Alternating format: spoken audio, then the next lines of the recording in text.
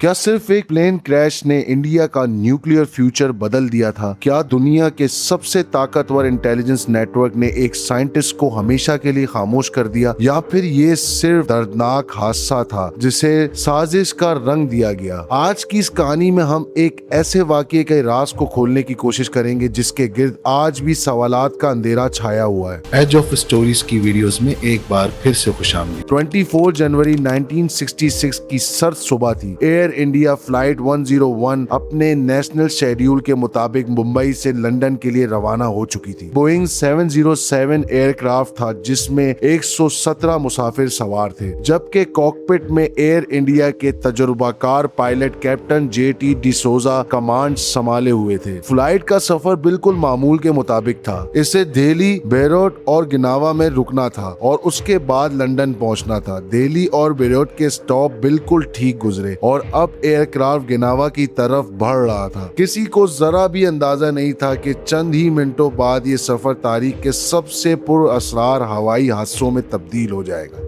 सुबह तकरीबन 7 बजे GMT के करीब कैप्टन ने जिनेवा एयर ट्रैफिक कंट्रोल को इत्तला दी कि उनका जहाज 19,000 फुट की बुलंदी पर परवास कर रहा है। माउंट ब्लैंस, जो वेस्टर्न यूरोप का सबसे बुलंद पहाड़ है, उनके रास्ते के करीब मौजूद था। एयर ट्रैफिक कंट्रोल के साथ मामूल की गुफ्तगू के बाद पायलट ने एयरक्राफ्ट को नीचे लाना शुरू किया। सब कुछ बिल्कुल नॉर्मल लग रहा था, लेकिन फिर अचानक वो हुआ जिसने सबको हिला कर रख दिया। किसी वार्निंग के बगैर air India flight 101 radar screen से गायब हो गई। कंट्रोल रूम में खामोशी छा गई। बार बार रेडियो कॉल्स की गईं, लेकिन कोई जवाब ना मिला। उस वक्त आसमान में एक और इटालियन फ्लाइट भी मौजूद थी। जिनेवा कंट्रोल ने उसके पायलट से राब्ता करके पूछा कि क्या उसे माउंट ब्लैंस के इलाके में कोई गैर मामूली चीज नजर आ रही है। इटालियन पायलट ने जवाब दिया कि उसने दूर पहाड़ों की तरफ एक स्याह धुआं उठता हुआ देखा है। पहले सब ने समझा शायद ये बादल होंगे, लेकिन चंद ही लम्हों बाद हकीकत सामने आई। वो धुआं किसी बादल का नहीं बल्कि एयर इंडिया फ्लाइट 101 के तबाह हो चुके मलबे का था। जहाज सीधा माउंट ब्लैंस की बर्फीली चट्टानों से टकरा गया। टक्कर इतनी शदीद थी कि एयरक्राफ्ट के टुकड़े कई किलोमीटर तक बिखर गए और उसमें सवार तमाम 117 अफराद अपनी जान से हाथ धो बैठे।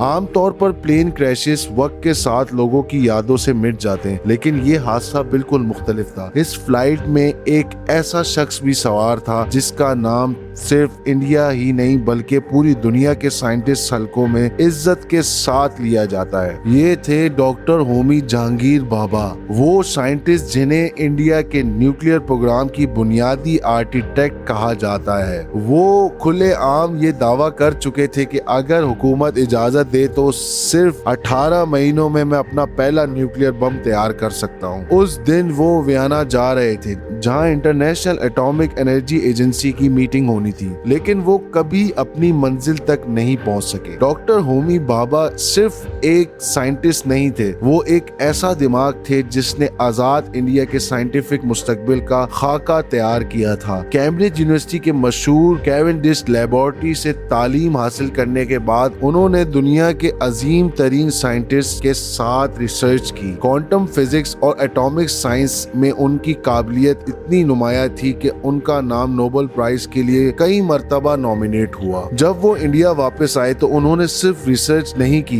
बल्कि मुल्क का साइंटिफिक इंफ्रास्ट्रक्चर खड़ा करना शुरू कर दिया। Tata institute of fundamental research की बुनियाद रखनी हो या एटॉमिक एनर्जी कमीशन की क़यादत संभालना, हर जगह उनका विजन नुमाया था। होमी भाभा का यकीन था कि अगर इंडिया को दुनिया की बड़ी ताकतों के बराबर खड़ा होना है तो उसके पास न्यूक्लियर टेक्नोलॉजी का होना जरूरी है। उनका मानना था कि सिर्फ साइंस ही मुल्क को मजबूत बना सकती है और अगर जरूरत पड़ी तो न्यूक्लियर डिटेरेंस इंडिया की हिफाजत के लिए लाजमी होगा। इसी ख्याल की वजह से उनकी दोस्ती उस वक्त के प्राइम मिनिस्टर जवाहरलाल नेहरू से हुई। आवाम के सामने नेहरू हमेशा अमन की बात करते थे, लेकिन पर्दे के पीछे भाभा की रिसर्च और प्लानिंग लगातार जारी थी। जैसे जैसे कोल्ड वॉर तेज होती गई और चाइना ने अपना न्यूक्लियर टेस्ट कामयाबी से मुकम्मल किया, इंडिया के अंदर भी न्यूक्लियर प्रोग्राम को लेकर आवाज और मजबूत होती गई। 1965 तक होमी भाभा खुले अल्फाज में कहने लगे थे कि अगर हुकूमत ग्रीन सिग्नल दे तो इंडिया सिर्फ 18 महीनों में न्यूक्लियर पावर बन सकता है। ये बयान सिर्फ एक साइंटिस्ट का दावा नहीं था, बल्कि दुनिया की बड़ी ताकतों के लिए एक खामोश वार्निंग भी थी। लेकिन उस वक्त इंडिया की सियासत में तब्दीली आ चुकी थी। जवाहरलाल नेहरू का इंतकाल हो चुका था और लाल बहादुर शास्त्री मुल्क के प्राइम मिनिस्टर बन चुके थे। इब्तिदा में वो न्यूक्लियर हथियार के खिलाफ थे, लेकिन वक्त के साथ होमी भाभा उन्हें भी इस बात पर राजी करने में कामयाब हो गए कि इंडिया की हिफाजत के लिए ये कदम जरूरी है। दिसंबर 1965 में आखिरकार तैयारियां शुरू करने का इशारा मिल गया। ऐसा लग रहा था कि इंडिया अपनी तारीख के सबसे अहम मोड़ की तरफ बढ़ रहा है, लेकिन किसी को अंदाजा नहीं था कि तकदीर ने कुछ और ही लिखा है। लेकिन तकदीर ने सिर्फ होमी भाभा के लिए ही नहीं, बल्कि इंडिया के न्यूक्लियर प्रोग्राम के लिए भी एक ऐसा मोड़ तैयार कर रखा था जिसका असर आज तक महसूस किया जाता है। हैरत की बात यह थी कि होमी भाभा की मौत से सिर्फ 13 दिन पहले एक और शख्स दुनिया से रुखसत हो चुका था।